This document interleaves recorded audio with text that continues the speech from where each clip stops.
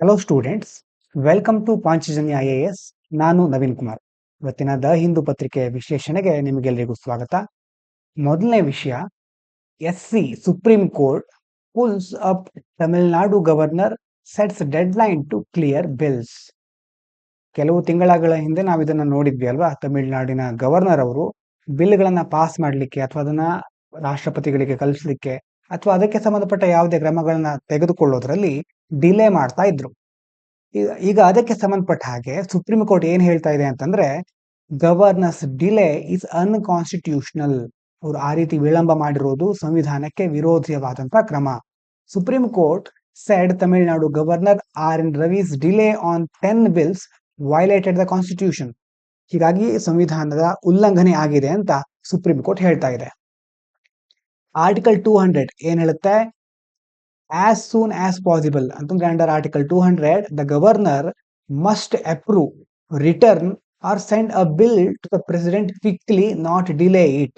ಅಂತಂದ್ರೆ ಇದರ ಪ್ರಕಾರ ಆರ್ಟಿಕಲ್ 200 ಪ್ರಕಾರ ರಾಜ್ಯಪಾಲರು ಮಸೂದೆಯನ್ನ ಒಂದು ಅನುಮೋದಿಸಬೇಕು, ಅಪ್ರೂವ್ ಮಾಡಬೇಕು, ಅಥವಾ ಹಿಂತಿರುಗಿಸಬೇಕು, ರಿಟರ್ನ್ ಮಾಡಬೇಕು, ಅಥವಾ ಬಿಲ್ಗಳನ್ನ ರಾಷ್ಟ್ರಪತಿಗಳಿಗೆ ತ್ವರಿತವಾಗಿ ಆದಷ್ಟು ಬೇಗ ಕಳಿಸಬೇಕು, ಡಿಲೇ ಮಾಡ್ತಾ ಕೂತ್ಕೊಳ್ಬಾರ್ದು ಅಂತ ಈ ಆರ್ಟಿಕಲ್ ಮೂಲಕ ಹೇಳ್ತಾ ಇದ್ದಾರೆ. Supreme court sets clear time limits. ಈಗ ಸುಪ್ರೀಂ ಕೋರ್ಟ್ ಆ ರೀತಿ ಡಿಲೇ ಮಾಡೋದು ಸರಿಯಲ್ಲ ಅಂತ ಒಂದು ಟೈಮ್ ಲಿಮಿಟ್ ನ, ಸಮಯ ಮಿತಿಯನ್ನ ನಿಗದಿಪಡಿಸ್ತಾ ಇದೆ. 1 month to assent or withhold ಅಂತಂದ್ರೆ ಒಪ್ಪಿಗೆ ನೀಡಲಿಕ್ಕೆ ಅಥವಾ ತಡೆ ಹಿಡಿಲಿಕ್ಕೆ 1 ತಿಂಗಳು ಅವಕಾಶ ತೆಗೆದುಕೊಳ್ಳಬಹುದು. 3 months to return with reasons. ಯಾವುದೇ ಕಾರಣವನ್ನ ಕೊಟ್ಟು ಹಿಂದಿರುಗಿಸಲಿಕ್ಕೆ 3 ತಿಂಗಳ ಕಾಲ ಅವಕಾಶ ತೆಗೆದುಕೊಳ್ಳಬಹುದು. 3 months to refer to president.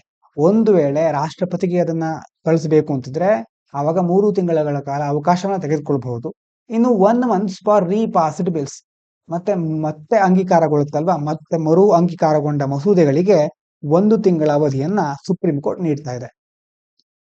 ಕೊನೆಗೆ ಅದು ಏನ್ ಹೇಳುತ್ತೆ ಅಂತಂದ್ರೆ, governor should be a guide not a hindrance. The governor should help the state not block its laws like a road block, the court said. Supreme court ಏನ್ ಹೇಳ್ತಾ ಇದೆ ಅಂತಂದ್ರೆ, ಸರ್ಕಾರಕ್ಕೆ ರಾಜ್ಯಪಾಲರು ಒಂದು ಮಾರ್ಗದರ್ಶಕರಾಗಿರ್ಬೇಕೆ ಹೊರತು ಅದರ ಒಂದು ಕಾರ್ಯಗಳಿಗೆ ಅಡಚಣೆಯನ್ನ ಉಂಟು ಮಾಡಬಾರದು ಅಂತ ಸುಪ್ರೀಂ ಕೋರ್ಟ್ ಈ ಮೂಲಕ ಹೇಳ್ತಾ ಇದೆ. ಇನ್ನು 2ನೇ article, the Trump effect and possible exodus of expertise. Trump ಅವರಿಗೆ ಸಂಬಂಧಿಸಿದ ಹಾಗೆ ಅವರ ಇಮಿಗ್ರೇಷನ್ ಪಾಲಿಸಿಗಳನ್ನು ನಾವು ನೋಡ್ತಾನೆ ಇದ್ದೇವೆ. Trump policies may cause brain drain. ಅವರ ಈ ಪಾಲಿಸಿಗಳಿಂದಾಗಿ ಬ್ರೇನ್ ಡ್ರೇನ್ ಆಗಬಹುದು, ಪ್ರತಿಭಾ ಪಲಾಯನ ಆಗಬಹುದು. Due to visa restrictions and anti immigration stance, many Indian researchers and students may avoid or leave the US. ಈ ರೀತಿ ಕಠಿಣ ಕ್ರಮಗಳನ್ನ ತೆಗೆದುಕೊಳ್ಳೋದ್ರಿಂದ ಅಥವಾ ವೀಸಾಗಳನ್ನ ನಿರ್ಬಂಧಿಸೋದು ಮತ್ತೆ ವಲಸಿಗರಿಗೆ ವಿರೋಧಿಯಾದಂತಹ ಕ್ರಮಗಳನ್ನ ಕೈಗೊಳ್ಳೋದ್ರಿಂದ ಎಷ್ಟೋ ಭಾರತೀಯ ಸಂಶೋಧಕರು ಇರಬಹುದು, ವಿದ್ಯಾರ್ಥಿಗಳು ಅಮೆರಿಕವನ್ನ ಬಿಟ್ಟು ಹೊರ ಬರಬಹುದು. Funding cuts to key research bodies. ಅದೇ ರೀತಿ ಟ್ರಂಪ್ ಅವರು NIH, ನಾಸಾ, CDC ಅಂತ ಹಲವಾರು ಸಂಸ್ಥೆಗಳಿದೆ, ಅದಕ್ಕೆ ಕೊಡ್ತಾ ಇರತಕ್ಕಂತ ಹಣವನ್ನ ಕಡಿತಗೊಳಿಸಿದ್ದಾರೆ. ಇದರಿಂದ ಏನಾಗುತ್ತೆ?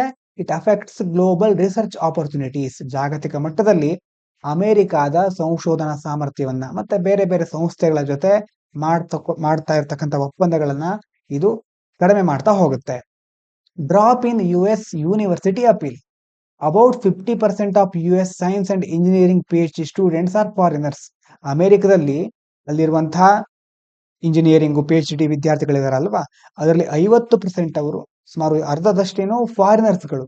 ಆದ್ರೆ ಒಂದು ವೇಳೆ ಈ ರಿಸ್ಟ್ರಿಕ್ಟಿವ್ ಪಾಲಿಸಿಗಳಿಂದ ಏನಾಗಬಹುದು? Reduce international enrolment. ಇಂತಹ ಕಠಿಣ ಕ್ರಮಗಳನ್ನ ಕೈಗೊಳ್ಳೋದ್ರಿಂದ ಬೇರೆ ದೇಶದ ಜನರು ಬಂದು ಎನ್ರೋಲ್ ಆಗೋದು ಕಡಿಮೆ ಆಗಬಹುದು, ಅಂತಾರಾಷ್ಟ್ರೀಯ ದಾಖಲಾತಿ ಕಡಿಮೆ ಆಗಬಹುದು. Other countries gaining talent. ಇದೇ ಸಂದರ್ಭವನ್ನ ಬೇರೆ ದೇಶಗಳು ಉಪಯೋಗಿಸಿಕೊಳ್ಳುತ್ತವೆ. Nations like France and Germany are attracting researchers with programs like Make Our Planet Great Again as the US loses its scientific edge. ಅಮೆರಿಕದಲ್ಲಿ ಇಂತಹ ಕ್ರಮಗಳು ಯಾವಾಗ ಬರುತ್ತೋ, ಯಾವಾಗ ಅಲ್ಲಿ ಡ್ರೇನ್ ಆಗುತ್ತೋ, ಆ ಟ್ಯಾಲೆಂಟ್ಗಳು ಜರ್ಮನಿ, ಫ್ರಾನ್ಸ್ ಕಡೆ ಮುಖ ಮಾಡಬಹುದು. ಆ ದೇಶಗಳು ಈ ಅವಕಾಶವನ್ನ ಸಮರ್ಥವಾಗಿ ಉಪಯೋಗಿಸಿಕೊಳ್ಳಬಹುದು. ಆ ದೇಶಗಳಲ್ಲಿ make hour planet great again, ಹೀಗೆ ಹಲವಾರು ಕಾರ್ಯಕ್ರಮಗಳಿದೆ. ಹಾಗಾಗಿ ಅಂತಾರಾಷ್ಟ್ರೀಯ ಮಟ್ಟದಲ್ಲಿ ಅಮೆರಿಕದ ಮಹತ್ವ ಕಡಿಮೆ ಆಗ್ತಾ ಹೋಗುತ್ತೆ. ಇದಾದ ನಂತರ ರೀಜನಲ್ ರಿವೈವಲ್. ಬಿಮ್ಸ್ಟೆಕ್ ಬಗ್ಗೆ ಇದರಲ್ಲಿ ಕೊಟ್ಟಿದ್ದಾರೆ. ಬಿಮ್ಸ್ಟೆಕ್ ಫುಲ್ ಫಾರ್ಮ್ ಏನು ಅಂತ ನಿಮಗೆ ಗೊತ್ತಿರಬಹುದು, ಇಲ್ಲಿ ಕಾಣಿಸ್ತಾ ಇಲ್ಲದೆ ಇದ್ರು ಹೇಳ್ತಾನೆ ಕೇಳಿಸ್ಕೊಳ್ಳಿ. Bay of Bengal initiative for multi sectoral technical and economic cooperation. ನಮ್ಮ ಬಂಗಾಳ ಕೊಲ್ಲಿ ಇದೆಯಲ್ವಾ, ಅದರ ಬಾರ್ಡರ್ ನಲ್ಲಿ ಇರುವಂತಹ ದೇಶಗಳನ್ನ ಒಟ್ಟಾಗಿ ಸೇರಿಸಿ ಬಿಮ್ಸ್ಟೆಕ್ ಅಂತ ಮಾಡಿದ್ದಾರೆ. ಇದರ ಒಂದು ಸಮ್ಮಿಟ್ ಆಗಿತ್ತು, ಅದಕ್ಕೆ ಸಂಬಂಧಪಟ್ಟ ಹಾಗೆ ಕೆಲವು ಪಾಯಿಂಟ್ ಗಳನ್ನ ಕೊಟ್ಟಿದ್ದಾರೆ. ಮುಖ್ಯವಾಗಿ ನಾವು ನೋಡ್ಬೇಕಾಗಿರೋದೇನು, BIMSTEC summit gains importance amid SAARC stagnation. ಇನ್ನೊಂದು ಕಡೆ ಸಾರ್ಕ್ ಅಂತ ನೀವು ಕೇಳಿರಬಹುದು, South Asian Association for Regional Cooperation. 2014 ನಂತರ ಅದರ ಯಾವುದೇ ಪ್ರಗತಿ ಕಂಡು ಬಂದಿಲ್ಲ, ಯಾವುದೇ ಮೀಟಿಂಗ್ ಗಳು ಆಗ್ತಾ ಇಲ್ಲ. With SAARC inactive since 2014, fifth BIMSTEC summit in Bangkok served as platform to revive regional cooperation. ಪ್ರಾದೇಶಿಕ ಸಹಕಾರವನ್ನು ಹೆಚ್ಚಿಸಲಿಕ್ಕೆ ಈಗ ಬಿಮ್ಸ್ಟೆಕ್ ಮುಂದಾಗ್ತಾ ಇದೆ among bay of Bengal Nations. ಈ ಬಂಗಾಳ ಕೊಲ್ಲಿಯ ದೇಶಗಳಿದೆಯಲ್ವಾ, ಈ ದೇಶಗಳ ನಡುವೆ ಸಹಕಾರ ಹೆಚ್ಚಿಸಲಿಕ್ಕೆ ಬಿಮ್ಸ್ಟೆಕ್ ಒಂದು ಅದ್ಭುತವಾದ ವೇದಿಕೆಯಾಗಿ ಈಗ ಕಾರ್ಯನಿರ್ವಹಿಸ್ತಾ ಇದೆ. ಕೀ ಔಟ್ಕಮ್ಸ್, ಹಾಗಾದ್ರೆ ಏನೇನು ಮುಖ್ಯವಾದ ಫಲಿತಾಂಶಗಳು ನಮಗೆ ಸಿಕ್ಕಿತ್ತು ಇದರಿಂದ? Plans were discussed for BIMSTEC chamber of commerce. ಬಿಮ್ಸ್ಟೆಕ್ನ ರಾಷ್ಟ್ರಗಳಿಗೆ ಸಂಬಂಧಿಸಿದ ಹಾಗೆ ಒಂದು ವಾಣಿಜ್ಯ ಮಂಡಳಿಯನ್ನ ತಯಾರು ಮಾಡೋದು. ಮೋಟಾರ್ ವೆಹಿಕಲ್ ಅಗ್ರಿಮೆಂಟ್, ವಾಹನ ಒಪ್ಪಂದ. ಅಂಡ್ ಬಿಮ್ಸ್ಟೆಕ್ ಹಬ್, ಒಂದು ಬಿಮ್ಸ್ಟೆಕ್ ಕೇಂದ್ರ ಅಂತ ಮಾಡೋದು. ಇದೇನ್ ಮಾಡುತ್ತೆ, ಕನೆಕ್ಟಿಂಗ್ ಇಂಡಿಯಾಸ್ ನಾರ್ತ್ ಈಸ್ಟ್, ಭಾರತದ ನಾರ್ತ್ ಈಸ್ಟ್ ಪ್ರದೇಶ ಇದೆಯಲ್ವಾ ಈ ಕಡೆ, ಅದನ್ನ ಥೈಲ್ಯಾಂಡ್ ವಯಾ ಟ್ರೈಲ್ಯಾಟ್ರಲ್ ಹೈವೇ, ಈ ಕಡೆ ಥೈಲ್ಯಾಂಡ್ಗೆ ಸಂಪರ್ಕ ಮಾಡೋದು. ಟ್ರೈಲ್ಯಾಟ್ರಲ್ ಹೈವೇ ಒಂದು ತ್ರಿಪಕ್ಷೀಯವಾದಂತಹ ಒಂದು ಹೆದ್ದಾರಿಯ ಮೂಲಕ ಥೈಲ್ಯಾಂಡ್ಗೆ ಸಂಪರ್ಕ ಮಾಡೋದ್ರ ಬಗ್ಗೆ ಕೆಲವು ಯೋಜನೆಗಳನ್ನ ಇದರಲ್ಲಿ ಚರ್ಚೆ ಮಾಡಿದ್ದಾರೆ. ಯಾವ್ಯಾವುದು ಮುಂದೆ ಏನು ಅನುಷ್ಠಾನಕ್ಕೆ ಬರುತ್ತೆ ಅಂತ ನಾವು ಮುಂದೆ ತಿಳ್ಕೊಳ್ಬಹುದು. ಇದಾದ ನಂತರ China vows to fight US tariffs to the end. America China ನಡುವೆ ಟ್ರೇಡ್ ವಾರ್ ಇರಬಹುದು, ಆಂತರಿಕ ಯುದ್ಧಗಳು ನಡೀತಾನೆ ಇರುತ್ತೆ. ಇತ್ತೀಚಿನ ಕೆಲವೇ ದಿನಗಳ ಹಿಂದೆ ಏನಾಗಿತ್ತು, US ತುಂಬಾ ದೊಡ್ಡ ಮಟ್ಟದಲ್ಲಿ ಟ್ಯಾರಿಫ್ ಸುಂಕವನ್ನ ವಿಧಿಸಿತ್ತು. ಚೀನಾ ಏನ್ ಹೇಳ್ತಾ ಇದೆ, China hits back at the US tariffs. China said it won't accept US pressure and America's tariffs on $50 billion worth of goods. ಅಂತಂದ್ರೆ ಸುಮಾರು $50 ಬಿಲಿಯನ್ ನಷ್ಟು ಮೌಲ್ಯದ ವಸ್ತುಗಳ ಮೇಲೆ ಅಮೆರಿಕ ಸುಂಕವನ್ನು ವಿಧಿಸ್ತಾ ಇದೆ. ಹಾಗಾಗಿ ಚೀನಾ ಇದನ್ನ ಬ್ಲ್ಯಾಕ್ ಮೇಲ್ ಅಂತ ಕರೀತಾ ಇದೆ. ಹಾಗಾಗಿ ನಾವು ಅದನ್ನ ಒಪ್ಕೊಳ್ಳೋದಿಲ್ಲ ಅಂತ ಚೀನಾ ಹೇಳ್ತಾ ಇದೆ. Stock markets fell due to trade fight. ಈ ಎರಡೂ ದೇಶಗಳ ನಡುವಿನ ಒಂದು ವಾಣಿಜ್ಯ ಯುದ್ಧದಿಂದಾಗಿ ಸ್ಟಾಕ್ ಮಾರ್ಕೆಟ್ ಕುಸಿತವನ್ನ ಕಾಣ್ತಾ ಇದೆ. ಚೀನಾ ಸ್ಟಾಕ್ಸ್ ಡ್ರಾಪ್ಡ್ ಓವರ್ 7%, ಸುಮಾರು 7% ಗಿಂತ ಹೆಚ್ಚು ಕುಸಿತವನ್ನ ಕಾಣ್ತಾ ಇದೆ. ಹಾಂಗ್ಕಾಂಗ್ ಹ್ಯಾಂಗ್ ಸೆಂಗ್ ಇಂಡೆಕ್ಸ್, ಇನ್ನು ಹಾಂಗ್ಕಾಂಗ್ ನಲ್ಲಿ ಷೇರುಪೇಟೆ ಸಹ 2% ಅಷ್ಟು ಕುಸಿತವನ್ನ ಕಂಡಿದೆ. And US market also vent down, sowing global impact. ದೊಡ್ಡ ದೊಡ್ಡ ದೇಶಗಳಲ್ಲಿ ಆಗ್ತಕ್ಕಂತಹ ಆರ್ಥಿಕ ಹಿನ್ನಡೆ ಉಳಿದ ದೇಶಗಳ ಮೇಲೂ ಪರಿಣಾಮವನ್ನು ಬೀರ್ತಾ ಹೋಗುತ್ತೆ. ಹಾಗಾಗಿ ಇದು ಚೈನ್ ರಿಯಾಕ್ಷನ್ ತರ ಒಂದು ದೇಶದಿಂದ ಇನ್ನೊಂದು ದೇಶಕ್ಕೆ ಪಾಸ್ ಆಗ್ತಾ ಇದೆ. ಇನ್ನು ಮುಂದಿನ ಆರ್ಟಿಕಲ್ ಈ ಕಡೆ ಇದೆ, strengthening enforcement of judicial orders. Court ಹಲವಾರು ಆರ್ಡರ್ಗಳನ್ನ ಕೊಡ್ತಾ ಇರುತ್ತೆ ಬೇರೆ ಬೇರೆ, ಆದ್ರೆ ಅದನ್ನ ಯಾವ ಮಟ್ಟದಲ್ಲಿ ಅನುಷ್ಠಾನಕ್ಕೆ ತರ್ತಾ ಇದ್ದಾರೆ ಅನ್ನೋದ್ರ ಬಗ್ಗೆ ಕೆಲವು ಅಂಶಗಳನ್ನ ಕೊಟ್ಟಿದ್ದಾರೆ. Court orders are not followed properly. ಎಷ್ಟೋ ಸಾರಿ ನ್ಯಾಯಾಲಯದ ಆದೇಶಗಳನ್ನ ಸರಿಯಾಗಿ ಪಾಲಿಸ್ತಾನೆ ಇಲ್ಲ. ಎಕ್ಸಾಂಪಲ್ ನೋಡೋದಾದ್ರೆ, ನ್ಯಾಷನಲ್ ಗ್ರೀನ್ ಟ್ರಿಬ್ಯುನಲ್ ಇದೆಯಲ್ವಾ, it banned heavy trucks at night in Jaipur due to pollution, but it was not implemented, showing weak enforcement. ಮಾಲಿನ್ಯ ಆಗ್ತಾ ಇದೆ ಅನ್ನುವಂತ ಕಾರಣದಿಂದಾಗಿ ರಾಷ್ಟ್ರೀಯ ಹಸಿರು ನ್ಯಾಯಮಂಡಳಿ ಏನ್ ಮಾಡಿತ್ತು, ಜೈಪುರದಲ್ಲಿ ರಾತ್ರಿ ವೇಳೆ ದೊಡ್ಡ ದೊಡ್ಡ ಟ್ರಕ್ಗಳು ಓಡಾಡಬಾರದು ಅಂತ ನಿಷೇಧವನ್ನ ಹೇರಿತ್ತು, ಆದ್ರೆ ಅದನ್ನ ಜಾರಿಗೆ ತರಲಿಲ್ಲ. Supreme court's liquor ban was successful due to strong follow up. ಇನ್ನೊಂದು ಕಡೆ ತಮಿಳುನಾಡಿನಲ್ಲಿ, in state of Tamil Nadu versus K Balu, ಈ ಒಂದು ಕೇಸ್ನಲ್ಲಿ ಏನಾಗಿತ್ತು ಅಂತಂದ್ರೆ, liquor shops were banned within 500 meters of highways. ಈಗ ಹೆದ್ದಾರಿಗಳ 500 ಮೀಟರ್ ಆ ಒಂದು ಪ್ರದೇಶದ ಒಂದು ವಿಸ್ತಾರದಲ್ಲಿ, ಆ ಒಂದು 500 ಮೀಟರ್ ಅಲ್ವಾ, ಕರೆಕ್ಟ್, 500 ಮೀಟರ್ ವಿಸ್ತೀರ್ಣದಲ್ಲಿ ಯಾವುದೇ ಒಂದು ಲಿಕ್ಕರ್ ಶಾಪ್ಗಳು ಅಂತಂದ್ರೆ ಈ ಮದ್ಯದ ಅಂಗಡಿಗಳನ್ನ ಇಡಬಾರದು ಅಂತ ನಿಷೇಧವನ್ನ ಹೇರಿದ್ರು. ಆದ್ರೆ ತಮಿಳುನಾಡು ಇದನ್ನ ಸಮರ್ಪಕವಾಗಿ ಪರಿಣಾಮಕಾರಿಯಾಗಿ ಜಾರಿಗೊಳಿಸ್ತಾ ಇದೆ. And good enforcement made it effective. ಅಂತಂದ್ರೆ ಕೆಲವೊಂದು ರಾಜ್ಯಗಳಲ್ಲಿ ಅದನ್ನ ಸಮರ್ಪಕವಾಗಿ, ಯಾವುದೇ ಆದೇಶವನ್ನ ಸಮರ್ಪಕವಾಗಿ ಜಾರಿಗೊಳಿಸಬಹುದು ಅಂತ ಕೆಲವು ರಾಜ್ಯಗಳು ಸಾಧಿಸಿ ತೋರಿಸ್ತಾ ಇವೆ. Judicial reforms fail without strong enforcement. ಯಾವಾಗ ಸರಿಯಾದ ಅನುಷ್ಠಾನ ಇಲ್ವೋ, ಬಲವಾದ ಅನುಷ್ಠಾನ ಕ್ರಮಗಳು ಕೈಗೊಳ್ಳೋದಿಲ್ವೋ, ಆವಾಗ ಎಷ್ಟೇ ಸುಧಾರಣೆಗಳಿದ್ರು, ಯಾವುದೇ ಸುಧಾರಣೆಗಳಾಗಿರ್ಬೋದು, ಅವು ವಿಫಲ ಆಗ್ತಾ ಹೋಗುತ್ತವೆ. India's judicial reforms are often weak because orders are not backed by strict action or monitoring. ಎಷ್ಟೋ ಸಾರಿ ಆದೇಶಗಳನ್ನು ಕೊಡ್ತಾ ಇರ್ತಾರೆ, ಆದ್ರೆ ಅವುಗಳನ್ನ ಸರಿಯಾಗಿ ಮಾನಿಟರ್ ಮಾಡೋದಿಲ್ಲ, ಮೇಲ್ವಿಚಾರಣೆ ನಡೀತಾ ಇರೋದಿಲ್ಲ, ಅಥವಾ ಅದಕ್ಕೆ ಸಂಬಂಧಪಟ್ಟ ಹಾಗೆ ಕಠಿಣ ಕ್ರಮಗಳನ್ನ ಕೈಗೊಳ್ಳೋದಿಲ್ಲ. ಹೀಗಾಗಿ ಈ ಸುಧಾರಣೆಗಳು ದುರ್ಬಲ ಆಗಿರುತ್ತೆ ಅಂತ ಈ ಆರ್ಟಿಕಲ್ ಅಲ್ಲಿ ಹೇಳ್ತಾ ಇದ್ದಾರೆ. ವೇ ಫಾರ್ವರ್ಡ್, ಹಾಗಾದ್ರೆ ಏನ್ ಮಾಡ್ಬೇಕು? Regular monitoring and public involvement. ನಿರಂತರವಾಗಿ, ನಿಯಮಿತವಾಗಿ ಮೇಲ್ವಿಚಾರಣೆ ನಡೆಸಬೇಕು. ಮತ್ತೆ ಜನರನ್ನು ಸಹ, ಸಾರ್ವಜನಿಕರನ್ನು ಸಹ ಇದರಲ್ಲಿ ಒಳಗೊಳಿಸಬೇಕು. ಅವರಿಗೂ ಸಹ ಇದರಲ್ಲಿ ಭಾಗವಹಿಸಲಿಕ್ಕೆ ಅವಕಾಶ ಕೊಡಬೇಕು. Using technology, better rules, and involving citizens can help ensure court orders are followed and lead to real results. ಯಾವಾಗ ನಾವು ತಂತ್ರಜ್ಞಾನವನ್ನ ಮತ್ತೆ ಉತ್ತಮವಾದ ಕಾನೂನುಗಳನ್ನ ಜಾರಿಗೊಳಿಸ್ತೇವೋ, ಅದನ್ನ ಉಪಯೋಗಿಸ್ಕೊಳ್ತೇವೋ, ಅದರ ಜೊತೆ ಜನರನ್ನ ಭಾಗವಹಿಸ್ಲಿಕ್ಕೆ, ಅವರಿಗೆ ಪಾಲ್ಗೊಳ್ಳಿಕ್ಕೆ ಅವಕಾಶ ಕೊಡೋದು. ಆವಾಗ ಏನ್ ಮಾಡಬಹುದು? ಈ ನ್ಯಾಯ ವ್ಯವಸ್ಥೆಯ ಕೆಲವು ರೂಲ್ಗಳನ್ನ, ಆರ್ಡರ್ಗಳನ್ನ ಸರಿಯಾಗಿ ಫಾಲೋ ಮಾಡ್ಲಿಕ್ಕೆ ಸಾಧ್ಯ ಆಗುತ್ತೆ. ಮತ್ತೆ ಎಲ್ಲರೂ ಸಹ ಸೇರ್ಕೊಂಡು ನ್ಯಾಯಯುತವಾದ ಸಮಾಜವನ್ನ ರೂಪಿಸ್ಲಿಕ್ಕೆ ಸಾಧ್ಯ ಆಗುತ್ತೆ. ಇದಾದ ನಂತರ ಮುಂದಿನ ಆರ್ಟಿಕಲ್, ಮುಂದಿನ ವಿಷಯ ಯಾವುದು? ಕೆಳಗಡೆ ಬಂದ್ರೆ ಕಾಣಿಸ್ತಾ ಇರಬಹುದು. Bilateral arrangements taking over multilateralism, finance minister. ಮಾನ್ಯ ವಿತ್ತ ಸಚಿವರು ಏನ್ ಹೇಳ್ತಾ ಇದ್ದಾರೆ ಅಂತಂದ್ರೆ, finance minister Nirmala Sitharaman said countries are now focusing more on bilateral trade deals instead of relying on multilateral institutions as global uncertainties and slow reforms make multilateralism less effective. ಇಲ್ಲಿ ಎರಡು ಟರ್ಮ್ಗಳು ನಿಮಗೆ ಕಂಡು ಬಂದಿರಬಹುದು. ಒಂದು ಬೈಲ್ಯಾಟ್ರಲ್, ಇನ್ನೊಂದು ಮಲ್ಟಿಲ್ಯಾಟ್ರಲ್. ಅದನ್ನ ಮೊದಲು ಹೇಳ್ಬಿಡ್ತೇನೆ. ಬೈಲ್ಯಾಟ್ರಲ್ ಅಂತಂದ್ರೆ ಏನು? Bilateral means trade or agreements between two countries. ಎರಡು ದೇಶಗಳ ನಡುವೆ ವ್ಯಾಪಾರ ಅಥವಾ ಒಪ್ಪಂದ ಮಾಡಿಕೊಂಡ್ರೆ ಅದು ಬೈಲ್ಯಾಟ್ರಲ್, ಎರಡು ದೇಶಗಳ ನಡುವಿನ ಸಂಬಂಧ. ಉದಾಹರಣೆಗೆ ಇಂಡಿಯಾ ಮತ್ತೆ UK. ಮಲ್ಟಿಲ್ಯಾಟ್ರಲ್ ಅಂತಂದ್ರೆ ಏನು? ಬಹುಪಕ್ಷೀಯ ಅಂತ ಹೇಳ್ತೇವೆ. Means involving many countries. ಈಗ WTO ಅಂತ ನೀವು ಕೇಳಿರಬಹುದು, ವರ್ಲ್ಡ್ ಟ್ರೇಡ್ ಆರ್ಗನೈಸೇಷನ್. ಅಲ್ಲಿ ಒಂದೇ ದೇಶ ಅಲ್ಲ, ಬಹುಪಕ್ಷೀಯವಾದಂತಹ ಒಂದು ಸಂಸ್ಥೆ ಅದು. ಇವರೇನ್ ಹೇಳ್ತಾ ಇದ್ದಾರೆ, ಫೈನಾನ್ಸ್ ಮಿನಿಸ್ಟರ್ ಅವರು, ಇತ್ತೀಚಿನ ದಿನಗಳಲ್ಲಿ ಬೇರೆ ಬೇರೆ ದೇಶಗಳು ಈಗ ಬಹುಪಕ್ಷೀಯ ಸಂಸ್ಥೆಗಳೆಲ್ಲ ಅವಲಂಬಿಸೋದ್ರ ಬದಲು ದ್ವಿಪಕ್ಷೀಯ ಒಪ್ಪಂದಗಳ ಮೇಲೆ ಹೆಚ್ಚು ಗಮನ ಹರಿಸ್ತಾ ಇವೆ. ಯಾಕಂತಂದ್ರೆ ಈ ದೊಡ್ಡ ದೊಡ್ಡ ಮಲ್ಟಿಲ್ಯಾಟ್ರಲ್ ಇನ್ಸ್ಟಿಟ್ಯೂಷನ್ ಇದೆಯಲ್ವಾ, ಅದು ನಿಧಾನಗತಿಯಲ್ಲಿ ಸಾಗ್ತಾ ಇರುತ್ತೆ.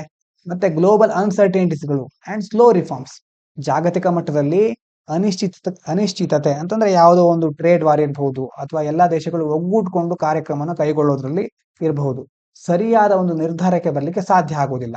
ಹಾಗಾಗಿ ಎರಡು ದೇಶ ಒಟ್ಟಾಗಿ ಸೇರ್ಕೊಂಡು ತಮ್ಮ ತಮ್ಮ ವಾಣಿಜ್ಯ ಒಪ್ಪಂದಗಳನ್ನ ಮಾಡ್ಕೊಳ್ಳಿಕ್ಕೆ ಮುಂದಾಗ್ತಾ ಇರುತ್ತವೆ. The finance minister said countries prefer bilateral deals now because multilateral systems are too slow, ineffective. ಮೊದಲೇ ಹೇಳಿದ ಅಂಶನೇ ಏನು? ಸ್ಲೋ ಆಗಿರುತ್ತೆ, ಆದಷ್ಟು ಬೇಗ ಡಿಸಿಷನ್ ಮೇಕಿಂಗ್ ಅನ್ನು ಅವರು ಕೈಗೊಳ್ಳೋದಿಲ್ಲ, ನಿರ್ಧಾರಗಳನ್ನ ಕೈಗೊಳ್ಳೋದ್ರಲ್ಲಿ ಲೇಟ್ ಆಗುತ್ತೆ, ಇನ್ಎಫೆಕ್ಟಿವ್, ಪರಿಣಾಮಕಾರಿತ್ವ ಸಹ ಕಡಿಮೆ ಆಗಿರುತ್ತೆ. ಇನ್ನು global trade tensions, US tariffs. ಉದಾಹರಣೆಗೆ US ಯಾವುದೋ ಟ್ಯಾರಿಫ್ ಅನ್ನ ಹಾಕುತ್ತೆ. ಈಗ ಇಲ್ಲಿ ವಿತ್ತ ಸಚಿವರು ಏನ್ ಹೇಳ್ತಾ ಇದ್ದಾರೆ ಅಂತಂದ್ರೆ, she mentioned India UK trade talks will continue as planned and not be affected by US tariff decisions. America ಬೇರೆ ಬೇರೆ ಸುಂಕಗಳನ್ನ ವಿಧಿಸ್ತಾ ಇದೆ. ಇದೆಲ್ಲದರ ನಡುವೆಯೂ ಭಾರತಕ್ಕೆ ಅದರಿಂದ ಯಾವುದೇ ತೊಂದರೆ ಆಗೋದಿಲ್ಲ. ಭಾರತ ಮತ್ತೆ UK ಮತ್ತೆ ಬೇರೆ ಬೇರೆ ದೇಶಗಳ ನಡುವಿನ ಸಂಬಂಧ ಸಮರ್ಪಕವಾಗಿ ಮುಂದುವರಿಯುತ್ತೆ ಅಂತ ಇದರಲ್ಲಿ ಹೇಳಿದ್ದಾರೆ. ಇದಾದ ನಂತರ genome study, 180 million genetic variants found in 9,772 individuals. ಏನಿದು ನ್ಯೂಸ್? ಏನ್ ಹೇಳುತ್ತೆ ಅಂತಂದ್ರೆ, Indian scientist discovered 180 million genetic variants, ಸುಮಾರು 180 ಮಿಲಿಯನ್ ಜೆನೆಟಿಕ್ ರೂಪಾಂತರಗಳನ್ನ ಭಾರತದ ವಿಜ್ಞಾನಿಗಳು ಕಂಡು ಹಿಡಿದಿದ್ದಾರೆ. ಬೈ ಸ್ಟಡಿಯಿಂಗ್ DNA ಸ್ಟಡಿ ಮಾಡೋದು. ಎಷ್ಟು ಜನರಿಂದ? ಸುಮಾರು 9,772 ಪೀಪಲ್, ಅಂತರಷ್ಟು ಜನರ DNA ನ ಸ್ಟಡಿ ಮಾಡಿದ್ದಾರೆ. ಅಕ್ರಾಸ್ 85 ಪಾಪ್ಯುಲೇಷನ್ ಗ್ರೂಪ್ಸ್, 85 ಬೇರೆ ಬೇರೆ ಜನರ ಗುಂಪುಗಳನ್ನ ಇದರಲ್ಲಿ ಬಳಸ್ಕೊಂಡಿದ್ದಾರೆ. To understand India's genetic diversity, ಭಾರತದ ಆನುವಂಶಿಕ ವೈವಿಧ್ಯತೆ, DNA ಜೀನ್ಗಳಲ್ಲಿ ಯಾವ ರೀತಿ ಡೈವರ್ಸಿಟಿ ಇದೆ ಅನ್ನೋದನ್ನ ತಿಳ್ಕೊಳ್ಳಿಕ್ಕೆ ಈ ಕಾರ್ಯಕ್ರಮವನ್ನ ಕೈಗೊಂಡಿದ್ರು. ಇದರಲ್ಲಿ ಬರುವಂತಹ ಯೋಜನೆ ಜೀನೋಮ್ ಇಂಡಿಯಾ ಪ್ರಾಜೆಕ್ಟ್ ಅಂತ. It is a major Indian initiative to map genetic diversity by collecting DNA samples from across the country. ಇಡೀ ದೇಶಾದ್ಯಂತ ಬೇರೆ ಬೇರೆ DNA ಮಾದರಿಗಳನ್ನ ಸಂಗ್ರಹಿಸುವ ಮೂಲಕ ಮತ್ತೆ ಜೆನೆಟಿಕ್ ಡೈವರ್ಸಿಟಿ ಇರುತ್ತಲ್ವ ಅದನ್ನ ನಕ್ಷೆ ಮಾಡೋದು ಅಂತಂದ್ರೆ ಎಲ್ಲೆಲ್ಲಿ ಯಾವ್ಯಾವ ರೀತಿ ಕಂಡು ಬರುತ್ತೆ ಅನ್ನುವಂತ ಮ್ಯಾಪಿಂಗ್ ಅನ್ನ ಕ್ರಿಯೇಟ್ ಮಾಡೋದು. ಅದನ್ನ ಮಾಡ್ಲಿಕ್ಕೆ ಈ ಜೀನೋಮ್ ಇಂಡಿಯಾ ಪ್ರಾಜೆಕ್ಟ್ ಅನ್ನ ಕೈಗೊಂಡಿದ್ರು. ಇದರಿಂದ ಏನ್ ಹೆಲ್ಪ್ ಆಗುತ್ತೆ ಅಂತಂದ್ರೆ ಡಿಸೀಸ್ ರಿಸರ್ಚ್, ರೋಗಗಳಿಗೆ ಸಂಬಂಧಪಟ್ಟ ಸಂಶೋಧನೆಯನ್ನ ಮಾಡ್ಲಿಕ್ಕೆ, ಅಂಡ್ ಕ್ರಿಯೇಟಿಂಗ್ ಟಾರ್ಗೆಟೆಡ್ ಟ್ರೀಟ್ಮೆಂಟ್ಸ್, ಯಾವುದೇ ಒಂದು ರೋಗ ಬಂದಾಗ ಆ ರೋಗಕ್ಕೆ ಸಂಬಂಧಪಟ್ಟ ಹಾಗೆ ಏನು ಟ್ರೀಟ್ಮೆಂಟ್ ಅನ್ನು ಕೊಡಬಹುದು ಅದಕ್ಕೆ ಸಹ ಇದು ಹೆಲ್ಪ್ ಆಗುತ್ತೆ. 180 ಮಿಲಿಯನ್ ವೇರಿಯಂಟ್ಸ್ ಇನ್ 85 ಗ್ರೂಪ್ಸ್. ಮೊದಲೇ ಹೇಳಿದಾಗ 85 ಗುಂಪುಗಳಲ್ಲಿ ಸುಮಾರು 180 ಮಿಲಿಯನ್ ರೂಪಾಂತರಗಳು ಕಂಡುಬಂದಿದೆ. Scientist found 180 million genetic differences from 9,772 individuals across 85 population groups, making it India's biggest genetic study and useful for future health care planning. ಭಾರತದ ಅತಿ ದೊಡ್ಡ ಜೆನೆಟಿಕ್ ಅಧ್ಯಯನ ಯೋಜನೆ ಇದು. ಮುಂದಿನ ದಿನಗಳಲ್ಲಿ ಆರೋಗ್ಯಕ್ಕೆ ಸಂಬಂಧಪಟ್ಟ ಬೇರೆ ಬೇರೆ ಡಿಸಿಷನ್ ಮೇಕಿಂಗ್, ಪಾಲಿಸಿ ಮೇಕಿಂಗ್ ಯೋಜನೆಗಳನ್ನು ರೂಪಿಸೋದ್ರಲ್ಲಿ ಇದು ಹೆಲ್ಪ್ ಮಾಡುತ್ತೆ. ಇದಾದ ನಂತರ government notifies 22,919 crore rupees SOP scheme for electronic parts. Electronic ಬಿಡಿ ಭಾಗಗಳಿರುತ್ತಲ್ವಾ ಅದರ ಉತ್ಪಾದನೆ ಹೆಚ್ಚಿಸಲಿಕ್ಕೆ ಏನ್ ಮಾಡ್ತಾ ಇದೆ, Indian government launched 22,919 crore scheme to boost the manufacturing of electronic parts and reduce import dependence. ಈಗ ಆಮದಿನ ಮೇಲಿನ ಅವಲಂಬನೆಯನ್ನು ಕಡಿಮೆ ಮಾಡಿ ನಮ್ಮ ದೇಶದಲ್ಲೇ ಎಲೆಕ್ಟ್ರಾನಿಕ್ ಭಾಗಗಳ ಉತ್ಪಾದನೆ ಹೆಚ್ಚು ಮಾಡಲಿಕ್ಕೆ ಈ ಒಂದು ಯೋಜನೆ ತರ್ತಾ ಇದೆ. ಯಾವುದು ಇದು? ಎಲೆಕ್ಟ್ರಾನಿಕ್ಸ್ ಕಂಪೋನೆಂಟ್ ಮ್ಯಾನುಫ್ಯಾಕ್ಚರಿಂಗ್ ಸ್ಕೀಮ್ ಅಂತ, ECMS ಅಂತ ಶಾರ್ಟ್ ಆಗಿ ಕರೀತಾರೆ. This is 6-year scheme, offers financial help. ಸುಮಾರು 6 ವರ್ಷಗಳ ಯೋಜನೆ ಏನ್ ಮಾಡ್ತಾರೆ, ಇದರಲ್ಲಿ ಸುಮಾರು ಹಣಕಾಸಿನ ಸಹಾಯ, ಆರ್ಥಿಕ ಸಹಾಯವನ್ನು ಮಾಡ್ತಾರೆ. ಯಾವ ಮೂಲಕ ಅಂತಂದ್ರೆ 10 to 25% ಆಫ್ ಇನ್ವೆಸ್ಟ್ಮೆಂಟ್, ಅದಕ್ಕೆ ಬೇಕಾದಂತಹ ಹೂಡಿಕೆಯಲ್ಲಿ 10ರಿಂದ 25% ಅಷ್ಟು ಆರ್ಥಿಕ ಸಹಾಯವನ್ನು ಮಾಡ್ತಾರೆ. ಕಂಪನೀಸ್, ಯಾರಿಗೆ? ಕಂಪನಿಗಳಿಗೆ making electronic parts in India to promote local production and reduce imports. ಭಾರತದಲ್ಲಿ ಬೇರೆ ಬೇರೆ ಎಲೆಕ್ಟ್ರಾನಿಕ್ ಭಾಗಗಳನ್ನು ತಯಾರಿಸ್ತಾವಲ್ವಾ ಆ ಕಂಪನಿಗಳಿಗೆ ಈ ಒಂದು 10 to 15% ಅಷ್ಟು ಹೂಡಿಕೆಯಲ್ಲಿ ಹಣಕಾಸಿನ ಸಹಾಯವನ್ನು ನೀಡಲಾಗುತ್ತೆ. ಯಾವ ಯೋಜನೆ ಇದು? Electronics component manufacturing scheme. ಇದಾದ ನಂತರ ಮುಂದೆ US Iran set to start direct high level talks over nuclear issue, says Trump. US ಹಾಗೂ ಇರಾನ್ ನಡುವೆ ಮೊದಲಿಂದಲೂ ಕೆಲವೊಂದು ಜಗಳಗಳು ನಡೆದುಕೊಳ್ತಾ ಬರ್ತಾನೆ ಇದೆ. ಅದರಲ್ಲೂ ಮುಖ್ಯವಾಗಿ ನ್ಯೂಕ್ಲಿಯರ್ ಅಣು ಶಕ್ತಿ, ಅಣು ಬಾಂಬ್ ಅಥವಾ ಕೆಲವೊಂದು ನ್ಯೂಕ್ಲಿಯರ್ ವಾರ್ ಬಗ್ಗೆ ಸಂಬಂಧಿಸಿದ ಹಾಗೆ ಎರಡು ದೇಶಗಳಿಗೆ ಆವಾಗ ಕಾನ್ಫ್ಲಿಕ್ಟ್ಗಳು ಕಂಡು ಬರ್ತಾ ಇರುತ್ತೆ.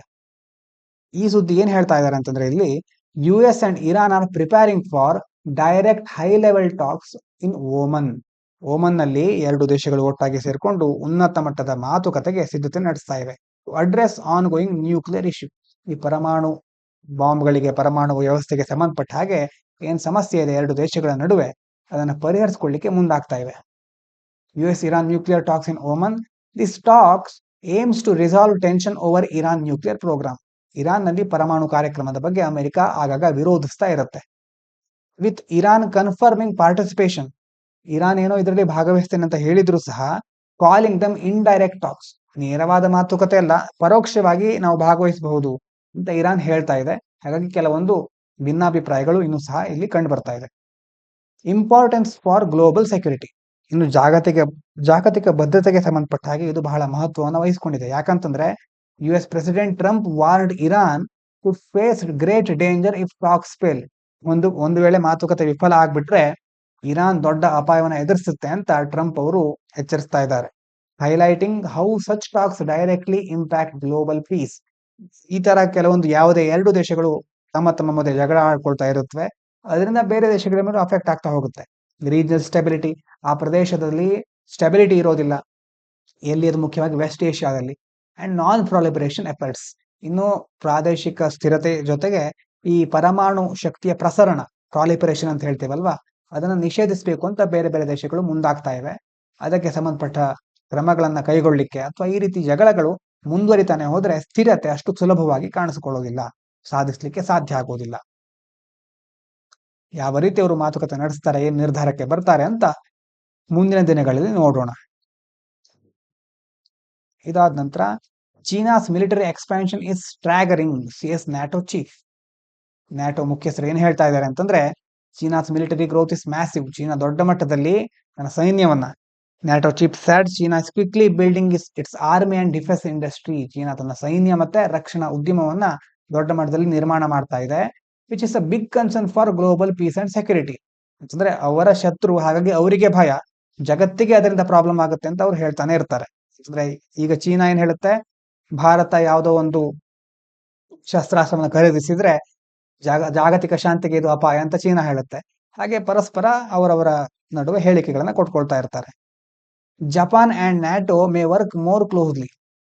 ಈ ಒಂದು ಸಂದರ್ಭದಲ್ಲಿ ಕಾಮನ್ ಥ್ರೆಟ್ಸ್ ಅಂತಂದ್ರೆ ಈ ಜಪಾನ್ ಮತ್ತೆ ನ್ಯಾಟೋ ಇದೆಯಲ್ವಾ, ಇವರಿಗೆ ಚೀನಾ, ನಾರ್ತ್ ಕೊರಿಯಾ, ರಷ್ಯಾ ಎಲ್ಲ ಸಹ ಕಾಮನ್ ಥ್ರೆಟ್ಗಳು ಅಂತಂದ್ರೆ ಪರಸ್ಪರ ಸಮವೈರಿಗಳು ಅಂತ ಹೇಳ್ಬಹುದು. ಜಪಾನಿಗೂ ಸಹ ಮತ್ತೆ ನ್ಯಾಟೋಗೂ ಸಹ ನಾರ್ತ್ ಕೊರಿಯಾ, ಚೀನಾ, ರಷ್ಯಾ ಜೊತೆ ಭಿನ್ನಾಭಿಪ್ರಾಯಗಳಿದೆ, ವೈರುಧ್ಯಗಳಿದೆ. NATO and Japan want to increase their military cooperation to stay safe in a more dangerous world. ಈ ಒಂದು ಅಪಾಯ ಹೆಚ್ಚಾಗ್ತಾ ಇರೋ ಸಂದರ್ಭದಲ್ಲಿ ನ್ಯಾಟೋ ಮತ್ತೆ ಜಪಾನ್ ಒಟ್ಟಾಗಿ ಕೆಲಸ ಮಾಡಲಿಕ್ಕೆ ಮುಂದಾಗಬಹುದು, ತಮ್ಮ ತಮ್ಮ ಸೌಹಾರ್ದತೆಯನ್ನ, ಮಿಲಿಟರಿ ಸಹಕಾರವನ್ನು ಹೆಚ್ಚಿಸಿಕೊಳ್ಳಬಹುದು ಅಂತ ಇದರಲ್ಲಿ ಹೇಳ್ತಾ ಇದ್ದಾರೆ. ಇದಾದ ನಂತರ ಇವತ್ತಿನ ಕೊನೆಯ ಆರ್ಟಿಕಲ್, ಮತ್ತೆ 1ನೇ ಏಪ್ರಿಲ್ನ ಆರ್ಟಿಕಲ್ಗಳನ್ನು ನೋಡೋದಿದೆ. ಇವತ್ತಿದು why is active mobility necessary in India. Active mobility, ಸಕ್ರಿಯ ಚಲನಶೀಲತೆ ಅಂತ ಹೇಳ್ಬಹುದು. ಏನು ಹಾಗಂದ್ರೆ, it means walking or cycling instead of motor vehicles. ಈಗ ನಾವು ಯಾವುದೇ ಒಂದು ವಾಹನಗಳನ್ನ, ಅಂತಂದ್ರೆ ಈಗ ನಡೆದುಕೊಂಡು ಹೋಗೋದು ಅಥವಾ ದೇಹಕ್ಕೆ ವ್ಯಾಯಾಮ ಆಗುವಂತಹ ಕ್ರಿಯೆಗಳನ್ನ ಮಾಡೋದು, ಒಂದು ಪ್ರದೇಶದಿಂದ ಇನ್ನೊಂದು ಪ್ರದೇಶಕ್ಕೆ ಹೋಗ್ಬೇಕಾದ್ರೆ ವಾಕಿಂಗ್ ಇರಬಹುದು, ರನ್ನಿಂಗು, ಸೈಕ್ಲಿಂಗು, ಸ್ಕೇಟಿಂಗು, ಕೆಲವೊಂದ್ಸರಿ ಅದನ್ನ ಸಹ ಕನ್ಸಿಡರ್ ಮಾಡ್ತಾರೆ. ಹಾಗಾಗಿ ಇಲ್ಲಿ ಕೊಟ್ಟಿದ್ದಾರೆ ನೋಡಿ, ಆಕ್ಟಿವ್ ಮೋಡ್ ಕಾಣಿಸ್ತಾ ಇರಬಹುದು ನಿಮಗೆ. ಒಂದೆರಡು ಉದಾಹರಣೆಗಳನ್ನ ಅಲ್ಲಿಗೆ ಮೆನ್ಷನ್ ಮಾಡಿದ್ದೇನೆ. Active modes of transport include walking, cycling, skate boarding and other non motorised modes. ಅಂತಂದ್ರೆ ಈ ಮೋಟಾರ್ ವೆಹಿಕಲ್ ಇರುತ್ತಲ್ವಾ, ಅದನ್ನ ಬಿಟ್ಟು ಬೇರೆ ರೀತಿಯ ಮೋಡ್ ಗಳನ್ನ ಯೂಸ್ ಮಾಡ್ತಾರೆ ಇದರಲ್ಲಿ. That are used for travel and not recreational activities. ಯಾವುದೋ ಒಂದು ಮೋಜಿಗೋಸ್ಕರ ಮಾಡೋದಲ್ಲ, ಟ್ರಾವೆಲಿಗೋಸ್ಕರ ನಾವು ಅದನ್ನ ಯೂಸ್ ಮಾಡಿದ್ರೆ ಅದಕ್ಕೆ ಆಕ್ಟಿವ್ ಮೊಬಿಲಿಟಿ ಅಂತ ಕರೀತಾರೆ. It reduces pollution. ಇದರಿಂದ ನಮಗೆ ಏನಾಗುತ್ತೆ, ಏನ್ ಸಹಾಯ ಆಗುತ್ತೆ, ಮಾಲಿನ್ಯ ಕಡಿಮೆ ಆಗುತ್ತೆ, ಆಕ್ಸಿಡೆಂಟ್ಗಳು ಸಹ ಕಡಿಮೆ ಆಗ್ತಾ ಹೋಗುತ್ತೆ. And diseases like obesity and heart problems, ಏನಂತ ಕರೀತಾರೆ ಅದಕ್ಕೆ, N C D full form ಏನು, ನಾನ್ ಕಮ್ಯುನಿಕೇಬಲ್ ಡಿಸೀಸ್, ಸಾಂಕ್ರಾಮಿಕವಲ್ಲದ ರೋಗಗಳು. ಕೆಲವು ದಿನಗಳ ಹಿಂದೆ ಚರ್ಚೆ ಮಾಡಿದ್ವಿ. ಇದಕ್ಕೆ ಕಾರಣ ಏನು ಅಂತ ನೋಡಿದ್ವಿ. ನಮ್ಮ ದೇಶದಲ್ಲಿ ಒಂದು ಫುಡ್ ಸರಿಯಾಗಿ ನಾವು ತೆಗೆದುಕೊಳ್ತಾ ಇಲ್ಲ, ಇನ್ನೊಂದು ವ್ಯಾಯಾಮ ಎಕ್ಸಸೈಸ್ ಅನ್ನ ಸರಿಯಾಗಿ ಮಾಡ್ತಾ ಇಲ್ಲ. ಯಾವಾಗ ನಾವು ಸಕ್ರಿಯವಾಗಿ ಚಲನಶೀಲರಾಗ್ತೇವೋ ಆಗ ಏನಾಗುತ್ತೆ, ನಮ್ಮ ದೇಹ ಸರಿಯಾಗಿ ವರ್ಕ್ ಆಗಲಿಕ್ಕೆ ಸಾಧ್ಯ ಆಗುತ್ತೆ, ಆಕ್ಟಿವ್ ಆಗುತ್ತೆ. ಇನ್ನು ಲ್ಯಾನ್ಸೆಟ್ ಸ್ಟಡಿ ಏನ್ ಹೇಳ್ತಾ ಇದೆ ಅಂತಂದ್ರೆ, 26% of deaths in India due to air pollution and inactivity. ನಮ್ಮ ದೇಶದಲ್ಲಿ ಸುಮಾರು 26% ಸಾವುಗಳು ಸಂಭವಿಸುವುದು ವಾಯು ಮಾಲಿನ್ಯ ಮತ್ತೆ ಇನ್ಆಕ್ಟಿವಿಟಿಯಿಂದ ನಾನ್ ಕಮ್ಯುನಿಕೇಬಲ್ ಡಿಸೀಸ್ಗಳು ಬರುತ್ತೆ. ಇಂಡೈರೆಕ್ಟ್ ಆಗಿ ಅದರಿಂದ ಸಾವನ್ನಪ್ತಾರೆ. ಕರ್ನಾಟಕದಲ್ಲಿ ಒಂದು ಬಿಲ್ ಅನ್ನ ತಂದಿದ್ರು, ಅಂದ್ರೆ ಇನ್ನು ಕರೆಕ್ಟ್ ಆಗಿ ಆಕ್ಟ್ ಆಗಿಲ್ಲ ಅನ್ಸುತ್ತೆ, ಕರ್ನಾಟಕ ಆಕ್ಟಿವ್ ಮೊಬಿಲಿಟಿ ಬಿಲ್. ಇದರಲ್ಲಿ ಏನ್ ಹೇಳಿದ್ರು ಅಂತಂದ್ರೆ, gives legal status to walking or cycling. Walking ಮತ್ತು ಸೈಕ್ಲಿಂಗ್ ಇದರಲ್ಲಿ ಕಾನೂನು ಸ್ಥಾನವನ್ನು ಕೊಡ್ತಾರೆ. Proposes footpaths, cycle tracks, PBS systems and people centric city planning. ಅಂತಂದ್ರೆ ಈಗ ಆಕ್ಟಿವ್ ಮೊಬಿಲಿಟಿಗೆ ಸಂಬಂಧಪಟ್ಟ ಹಾಗೆ ಸೈಕಲ್ ಟ್ರ್ಯಾಕ್ಗಳು ಮತ್ತೆ ಪಾದಚಾರಿ ಮಾರ್ಗಗಳನ್ನ ನಿರ್ಮಾಣ ಮಾಡಿ ಈಸಿಯಾಗಿ ಜನರಿಗೆ ಹೋಗ್ಲಿಕ್ಕೆ ಅವಕಾಶ ಮಾಡಿ ಕೊಡೋದು. ಅಂದ್ರೆ ಕೆಲವೊಂದು ಬ್ಯಾರಿಯರ್ಸ್ಗಳು, ತೊಡಕುಗಳು ಮೊದಲಿಂದ ಇದೆ. ಪುವರ್ ಫುಟ್ಪಾತ್ಗಳು ನಿರ್ಮಾಣ ಆದ್ರೂ ಸಹ ಸರಿಯಾಗಿ ನಿರ್ಮಾಣ ಆಗಿರೋದಿಲ್ಲ, ಕಳಪೆ ಆಗಿರುತ್ತೆ. ಅಂಡ್ ಅನ್ಸೇಫ್ ರೋಡ್ಸ್, ರೋಡ್ನ ಮೇಲೂ ಸಹ ರಸ್ತೆಗಳು ಸುರಕ್ಷಿತವಾಗಿರೋದಿಲ್ಲ. ಒಂದು ಹಳ್ಳಗಳಿರುತ್ತೆ ಅಥವಾ ಟ್ರಾಫಿಕ್ ರೂಲ್ಗಳನ್ನು ಸರಿಯಾಗಿ ಫಾಲೋ ಮಾಡೋದಿಲ್ಲ, ಹಲವಾರು ಸಮಸ್ಯೆಗಳು ಕಂಡುಬರ್ತಾ ಇರುತ್ತೆ. ಇವಿಷ್ಟು ಇವತ್ತಿನ ಮುಖ್ಯ ಆರ್ಟಿಕಲ್ಗಳು. ಇದಾದ ನಂತರ 1ನೇ ಏಪ್ರಿಲ್ ಅನ್ನ ನೋಡ್ಬಿಡೋಣ, ಏನೇನು ಮುಖ್ಯವಾದ ವಿಷಯಗಳಿತ್ತು ಅಂತ ಆ ದಿನ.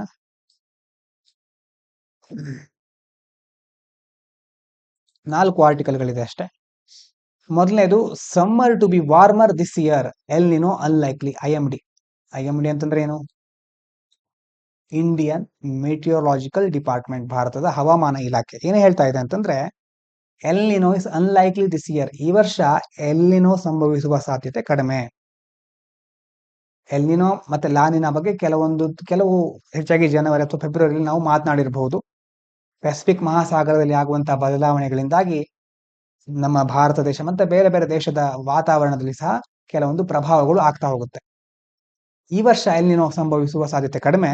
ಇನ್ಸ್ಟೆಡ್ ನ್ಯೂಟ್ರಲ್ ಕಂಡೀಷನ್ಸ್ ಅಂತಂದ್ರೆ ತಟಸ್ಥವಾಗಿರಬಹುದು ಪೆಸಿಫಿಕ್ ಮಹಾಸಾಗರ. ನೈದರ್ ಎಲ್ ನಿನೋ ನಾರ್ ಲಾನಿನಾ, ಎಲ್ ನಿನೋ ಇರೋದಿಲ್ಲ, ಲಾನಿನಾನು ಇಲ್ಲದೆ ಇರಬಹುದು. It will prevail in the Pacific ocean, ಹಾಗಾಗಿ ಪೆಸಿಫಿಕ್ ಓಷನ್ ತಟಸ್ಥವಾಗಿರಬಹುದು ಅಂತ ಹೇಳ್ತಾ ಇದ್ದಾರೆ. Above normal temperatures were expected during summer 2024 across central, northwest and northeast India. ಭಾರತದ ಮಧ್ಯಭಾಗ, ವಾಯುವ್ಯ ಭಾಗ ಮತ್ತೆ ಈಶಾನ್ಯ ಭಾರತದಲ್ಲಿ ಸಾಮಾನ್ಯಕ್ಕಿಂತ, ಕಾಮನ್ ಟೆಂಪರೇಚರ್ಗಿಂತ ಹೆಚ್ಚಿನ ತಾಪಮಾನವನ್ನ ನಿರೀಕ್ಷಿಸಬಹುದು. ಮೋರ್ ಹೀಟ್ ವೇವ್ ಡೇಸ್, ಈ ಬಿಸಿಗಾಳಿ ಅಥವಾ ಶಾಖದ ಅಲೆಗಳ ದಿನಗಳು ಹೆಚ್ಚು ಕಂಡು ಬರಬಹುದು. ಲೈಕ್ಲಿ ಇನ್ ದೀಸ್ ರೀಜನ್ಸ್, ಹೇಳಿದ್ವಲ್ವಾ, ನಾರ್ತ್ ಈಸ್ಟ್ ಇಂಡಿಯಾ ಮುಂತಾದ ಭಾಗಗಳಲ್ಲಿ ಶಾಖದ ಅಲೆಗಳು ಅಥವಾ ಬಿಸಿಗಾಳಿ ಹೆಚ್ಚು ಕಂಡು ಬರಬಹುದು ಅಂತ ಹೇಳ್ತಾ ಇದೆ IMD predicts below normal rainfall in April in many parts of India, especially in the north west and north east. ಮುಖ್ಯವಾಗಿ ವಾಯುವ್ಯ ಮತ್ತೆ ಈಶಾನ್ಯ ಭಾರತದಲ್ಲಿ ಸಾಮಾನ್ಯ ಪ್ರಮಾಣಕ್ಕಿಂತ ಕಡಿಮೆ ಮಳೆ ಆಗುವ ಸಾಧ್ಯತೆ ಇದೆ ಅಂತ ಐಎಂಡಿ ಹೇಳ್ತಾ ಇದೆ. El Nino link to warming of central and eastern Pacific ocean, ಈ ಪೆಸಿಫಿಕ್ ಓಷನ್ ಸ್ವಲ್ಪ ಅದರ ತಾಪಮಾನ ಏರಿಕೆ ಆದಾಗ ಏನಾಗುತ್ತೆ, ಎಲ್ ನಿನೋ ಆಗುತ್ತೆ. Which usually causes dryer conditions and weak monsoon India. ಯಾವಾಗ ಅಲ್ಲಿ ಆ ರೀತಿ ಪರಿಸ್ಥಿತಿ ಸೃಷ್ಟಿಯಾಗುತ್ತೋ ಭಾರತದಲ್ಲಿ ಮಾನ್ಸೂನ್ ದುರ್ಬಲ ಆಗುತ್ತೆ, ಸರಿಯಾಗಿ ಮಳೆ ಆಗೋದಿಲ್ಲ, ಮತ್ತೆ ಒಣ ಪರಿಸ್ಥಿತಿ ಅಂತಂದ್ರೆ ಡ್ರಾಟ್ ಕಂಡೀಷನ್ಸ್ ಅಥವಾ ಬರಗಾಲ ಬರುವಂತ ಸಾಧ್ಯತೆಗಳು ಸಹ ಇರುತ್ತೆ. ಇದಾದ ನಂತರ NEP, ನ್ಯಾಷನಲ್ ಎಜುಕೇಶನ್ ಪಾಲಿಸಿ, ಅದರ ಬಗ್ಗೆ ಒಂದು ಆರ್ಟಿಕಲ್ ಇತ್ತು. NEP 2020 in the classroom from policy to practice. ಏನ್ ಹೇಳ್ತಾ ಇದ್ದಾರೆ ಅಂತಂದ್ರೆ, NEP 2020 focuses on foundational literacy and numeracy, ಅಂತಂದ್ರೆ ಮೂಲಭೂತ ಸಾಕ್ಷರತೆ ಮತ್ತು ಅದರ ಜೊತೆ ಸಂಖ್ಯೆಯ ಜ್ಞಾನ, ಅದರ ಬಗ್ಗೆ ಹೆಚ್ಚು ಫೋಕಸ್ ಮಾಡ್ತಾ ಇದೆ. ಫಾರ್ ಕ್ಲಾಸ್ 3 ಲೆವೆಲ್ ಬೈ 2026-27, 2026-27 ವೇಳೆಗೆ 3ನೇ ತರಗತಿ ವಿದ್ಯಾರ್ಥಿಗಳಿಗೆ ಮೂಲಭೂತ ಸಾಕ್ಷರತೆ ಇರಬೇಕು, ಅಂದ್ರೆ ಓದ್ಲಿಕ್ಕೆ ಬರೋದು, ಮತ್ತೆ ಅದರ ಜೊತೆ ಸಂಖ್ಯಾ ಜ್ಞಾನ ಸಹ ಇರಬೇಕು. It is scene as essential for improving learning outcomes. ಹಾಗಾಗಿ ಕಲಿಕೆಯಿಂದ ಏನೇನು ಫಲಿತಾಂಶಗಳು ಇರುತ್ತಲ್ವಾ ಅದನ್ನ ಸುಧಾರಿಸಲಿಕ್ಕೆ ಇದು ಬಹಳ ಅತ್ಯಗತ್ಯ ಅಂತ NEP ಯಲ್ಲಿ ಹೇಳ್ತಾ ಇದ್ದಾರೆ. ಅಕಾರ್ಡಿಂಗ್ ಟು ಅಸರ್ ರಿಪೋರ್ಟ್ ಗಳನ್ನ ನಾವು ನೋಡಿದ್ದೇವೆ. ASER report 2023, only 43% of class 3 students, ಅಂದ್ರೆ ಸುಮಾರು 43% ಮಾತ್ರ 3ನೇ ತರಗತಿ ವಿದ್ಯಾರ್ಥಿಗಳು could read a class 2 level text, ಅವರಿಗೆ 2ನೇ ತರಗತಿಯ ಪಠ್ಯವನ್ನ ಓದಲಿಕ್ಕೆ ಸಾಧ್ಯ ಆಗ್ತಾ ಇದೆ. This shows a big gap in foundational learning despite FLN goals. FLN ಅಂತಂದ್ರೆ ಫೌಂಡೇಶನಲ್ ಲಿಟ್ರಸಿ ಅಂಡ್ ನ್ಯೂಮೆರಸಿ, ಆ ಒಂದು ಗುರಿಯನ್ನ ಇಟ್ಕೊಂಡಿದ್ರು ಸಹ ಅಷ್ಟೇನು ಸಮರ್ಪಕವಾಗಿ ಕಲಿಕೆಯಲ್ಲಿ ವಿದ್ಯಾರ್ಥಿಗಳು ಮುಂದೆ ಬರ್ತಾ ಇಲ್ಲ. ಟೀಚರ್ಸ್ ಫೇಸ್ ಮೇಜರ್ ಚಾಲೆಂಜಸ್, ಅದರ ಜೊತೆ ಶಿಕ್ಷಕರಿಗೂ ಸಹ ಕೆಲವೊಂದು ಚಾಲೆಂಜಸ್ಗಳಿದೆ. Different class levels in one classroom, ಒಂದೇ ಕ್ಲಾಸ್ ರೂಮ್ ನಲ್ಲಿ ಬೇರೆ ಬೇರೆ ತರಗತಿಗಳ ಬೇರೆ ಬೇರೆ ವಿದ್ಯಾರ್ಥಿಗಳನ್ನ ಕೂರಿಸ್ತಾ ಇದ್ದಾರೆ. Lack of proper training in FLN ಅಂತಂದ್ರೆ ಈ ಫೌಂಡೇಶನಲ್ ಲಿಟ್ರಸಿ ಮತ್ತೆ ನ್ಯೂಮೆರಸಿಯಲ್ಲಿ ಸರಿಯಾದ ಟ್ರೈನಿಂಗ್ ಅನ್ನು ಅವರಿಗೆ ಕೊಡ್ಲಿಲ್ಲ. And pressure to finish the syllabus rather than focus on basic skills. ಎಷ್ಟೋ ಸಾರಿ ಹಾಗೆ ಆಗುತ್ತಲ್ವಾ, ಸಿಲೆಬಸ್ ಅನ್ನ ಕಂಪ್ಲೀಟ್ ಮಾಡೋದ್ರ ಮೇಲೆ ಹೆಚ್ಚು ಫೋಕಸ್ ಮಾಡ್ತಾರೆ, ಅವಾಗ ಸ್ಕಿಲ್ ಡೆವಲಪ್ಮೆಂಟ್ ಮೇಲಿನ ಒಂದು ಗಮನ ಕಡಿಮೆ ಆಗ್ತಾ ಹೋಗುತ್ತೆ. Support for teacher is key, ಹಾಗಾಗಿ ಶಿಕ್ಷಕರಿಗೆ ಬೆಂಬಲ ನೀಡುವ ಅವಶ್ಯಕತೆ ಇದೆ. States like Tripura and Maharashtra have started better FLN training and classroom support systems, but there is still gap in reaching every child effectively. Tripura ಮತ್ತೆ ಮಹಾರಾಷ್ಟ್ರ ಅಂತ ರಾಜ್ಯಗಳು ಈಗಾಗಲೇ ಶಿಕ್ಷಕರಿಗೋಸ್ಕರ ಸಪೋರ್ಟ್ ಸಿಸ್ಟಮ್ ಗಳನ್ನ, ಟ್ರೈನಿಂಗ್ ಅನ್ನ ಕೊಡ್ತಾ ಇವೆ. ಆದ್ರೂ ಸಹ ಸಂಪೂರ್ಣವಾಗಿ ವಿದ್ಯಾರ್ಥಿಗಳಿಗೆ ಇದು ತಲುಪೋದ್ರಲ್ಲಿ ಇನ್ನು ಸ್ವಲ್ಪ ಕೆಲವೊಂದು ಸಮಸ್ಯೆಗಳು ಹಾಗೆ ಇದೆ. ಇದಾದ ನಂತರ why are tensions high in the Arctic. Arctic ocean ಬಗ್ಗೆ ನೀವು ಕೇಳಿರಬಹುದು. ಅಂಟಾರ್ಟಿಕ್ ಕೆಳಗಡೆ ಇದೆ, ಆರ್ಟಿಕ್ ಮೇಲ್ಗಡೆ ಇರುತ್ತಲ್ಲ ಭೂಗೋಳದಲ್ಲಿ. ಆರ್ಟಿಕ್ ಪ್ರದೇಶ ಇತ್ತೀಚಿನ ದಿನಗಳಲ್ಲಿ ಹೆಚ್ಚು ಮಹತ್ವವನ್ನು ಪಡ್ಕೊಳ್ತಾ ಇದೆ. Arctic is becoming important due to melting ice. ಯಾಕಂತಂದ್ರೆ ಅಲ್ಲಿ ಮಂಜುಗಡ್ಡೆಗಳು ಕರಗ್ತಾ ಇವೆ. Which is opening up new trade routes. ಮಂಜುಗಡ್ಡೆ ಕರಗೋದ್ರಿಂದ ಹೊಸ ಹೊಸ ವ್ಯಾಪಾರ ಮಾರ್ಗಗಳು ತೆರೆದುಕೊಳ್ತಾ ಇವೆ. ರಿವೀಲಿಂಗ್ ನ್ಯಾಚುರಲ್ ರಿಸೋರ್ಸಸ್, ಅದೇ ರೀತಿ ನೈಸರ್ಗಿಕ ಸಂಪನ್ಮೂಲಗಳು ಸಹ ಸಿಗ್ತಾ ಇದೆ. And increasing military interest from the countries like US, Russia, China. ಯಾವಾಗ ಸಂಪನ್ಮೂಲ ಇರುತ್ತೋ, ಯಾವಾಗ ಲಾಭ ಇರುತ್ತೋ, ಅಲ್ಲಿ ಏನಾಗುತ್ತೆ, ಬೇರೆ ಬೇರೆ ಅಧಿಕಾರಶಾಹಿ ಇರ್ಬೋದು ಅಥವಾ ಆಡಳಿತಶಾಹಿಗಳಿರ್ಬೋದು, ಈಗಿನ ಕಾಲದ ಬೇರೆ ಬೇರೆ ದೊಡ್ಡ ದೊಡ್ಡ ದೇಶಗಳಿರ್ಬೋದು, ಅವರು ಬಂದು ತಮ್ಮ ದಾಪುಗಾಲನಲ್ಲಿ ಇಡ್ತಾರೆ. ಇನ್ನು ಆರ್ಟಿಕ್ ಕೌನ್ಸಿಲ್ ಅಂತ ಒಂದು ಕೌನ್ಸಿಲ್ ಇದೆ, ಸಮಿತಿ ಇದೆ. ಅದರಲ್ಲಿ 8 ಮೆಂಬರ್ಸ್ಗಳಿದ್ದಾರೆ. Canada, Denmark, Finland, Iceland, Norway, Russia, Sweden and US. ಏನ್ ಮಾಡುತ್ತೆ ಇದು? It promotes peaceful cooperation but has paused work after Russia's invasion of Ukraine. Russia Ukraine conflict ಆಗ್ತಾ ಇತ್ತಲ್ವಾ, ಆವಾಗ್ಲಿಂದ ಇದೇನು ಕೆಲಸ ಮಾಡ್ತಾ ಇಲ್ಲ, ಸುಮ್ಮನೆ ವಿರಾಮ ತಕೊಂಡು ಸುಮ್ಮನಿದ್ದಾರೆ. Russia has increase its presence in the Arctic by building military bases. ಇನ್ನು ರಷ್ಯಾ ತನ್ನ ಮಿಲಿಟರಿ ನೆಲೆಗಳನ್ನ ಹೆಚ್ಚಿಸ್ತಾ ಇದೆ. ಡಿಪ್ಲಾಯಿಂಗ್ ಐಸ್ ಬ್ರೇಕರ್ಸ್ ಅಂತಂದ್ರೆ ಕೆಲವೊಂದು ಶಿಪ್ ಗಳನ್ನ, ಹಡಗುಗಳನ್ನ ಅಲ್ಲಿ ಕಳಿಸ್ತಾ ಇದ್ದಾರೆ. ಅಂಡ್ ಯೂಸಿಂಗ್ ನ್ಯೂಕ್ಲಿಯರ್ ಸಬ್ಮರೀನ್ಸ್, ಪರಮಾಣು ಜಲಾಂತರ್ಗಾಮಿಗಳನ್ನ ಬಳಸೋದು.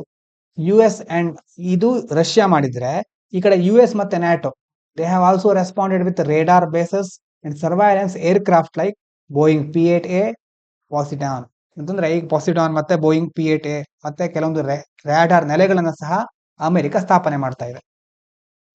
ಹಾಗೆ ಪರಸ್ಪರ ಅವರಲ್ಲೇ ತಿಕ್ಕಾಟ ನಡೀತಾ ಇದೆ. The north west passage through Canadian Arctic, ಅಂತಂದ್ರೆ ವಾಯುವ್ಯ ಮಾರ್ಗದಲ್ಲಿ, ಅಂದ್ರೆ ಕೆನಡಾದ ಮೂಲಕ ಸಾಗುತ್ತೆ, ಆರ್ಟಿಕ್ ನ ಮೂಲಕ, is now navigable due to ice melt. ಮೊದಲು ಈಸಿಯಾಗಿ ಅದರ ಮೂಲಕ ಹೋಗ್ಲಿಕ್ಕೆ ಆಗ್ತಾ ಇರಲಿಲ್ಲ, ಆದ್ರೆ ಈಗ ಐಸ್ ಕರಗ್ತಾ ಇದೆಯಲ್ವಾ, ಹಾಗಾಗಿ ಅದು ನೌಕಾಯಾನ ಮಾಡ್ಲಿಕ್ಕೆ ಯೋಗ್ಯ ಆಗಿದೆ. Canada claims it as internal waters. ಆದ್ರೆ ಈ ನಾರ್ತ್ ವೆಸ್ಟ್ ಪ್ಯಾಸೇಜ್ ಇದೆಯಲ್ವಾ, ಇದು ಕೆನಡಾ ತನ್ನ ದೇಶಕ್ಕೆ ಮಾತ್ರ ಸೇರಿದ್ದು ಅಂತ ಹೇಳ್ತಾ ಇರುತ್ತೆ.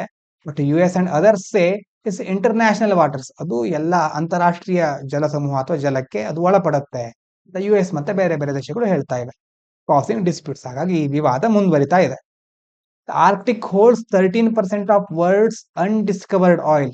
ಅಂತಂದ್ರೆ ಅಲ್ಲಿ ಸುಮಾರು 13% ಅಷ್ಟು ಇನ್ನೂ ಬಳಸದಂತಹ ತೈಲ ಸಂಪನ್ಮೂಲಗಳಿದೆ. 30% ಆಫ್ ಅನ್ಡಿಸ್ಕವರ್ಡ್ ಗ್ಯಾಸ್, ಇನ್ನು 30% ಅಷ್ಟು ಅನಿಲದ ಸಂಪನ್ಮೂಲ ಸಹ ಅದು ಹೊಂದಿದೆ.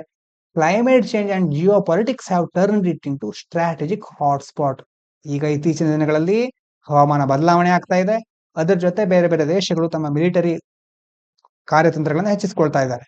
ಹಾಗಾಗಿ ಇದು ಬಹಳ ಪ್ರಮುಖವಾದ ತಾಣ ಆಗಿ ಇತ್ತೀಚೆಗೆ ಬದಲಾಗ್ತಾ ಇದೆ ಅಂತ ಇದರಲ್ಲಿ ಹೇಳ್ತಾ ಇದ್ದಾರೆ.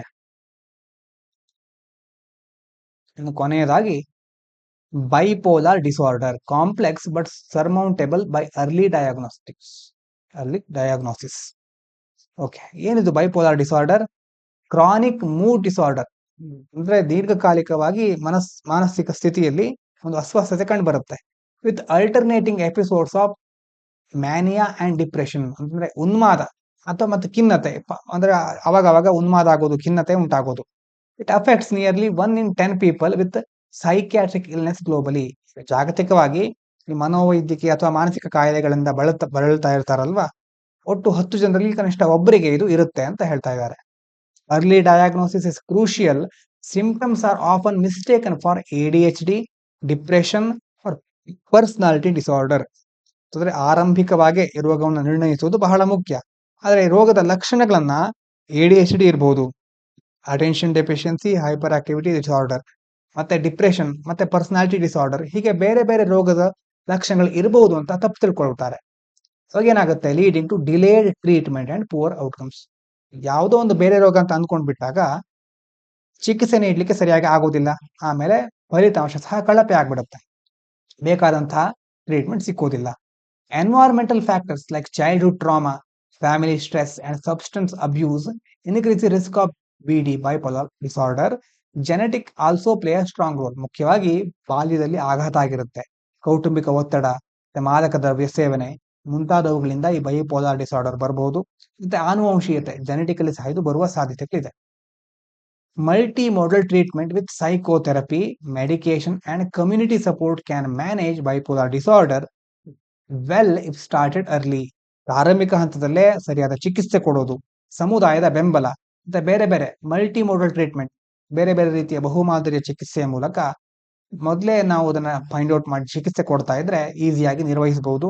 Improving the quality of life, reducing stigma.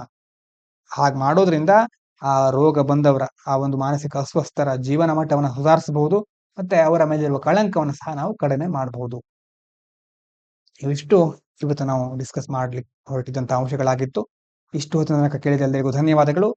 ಇದು ಪಾಂಚಜನ್ಯ IAS.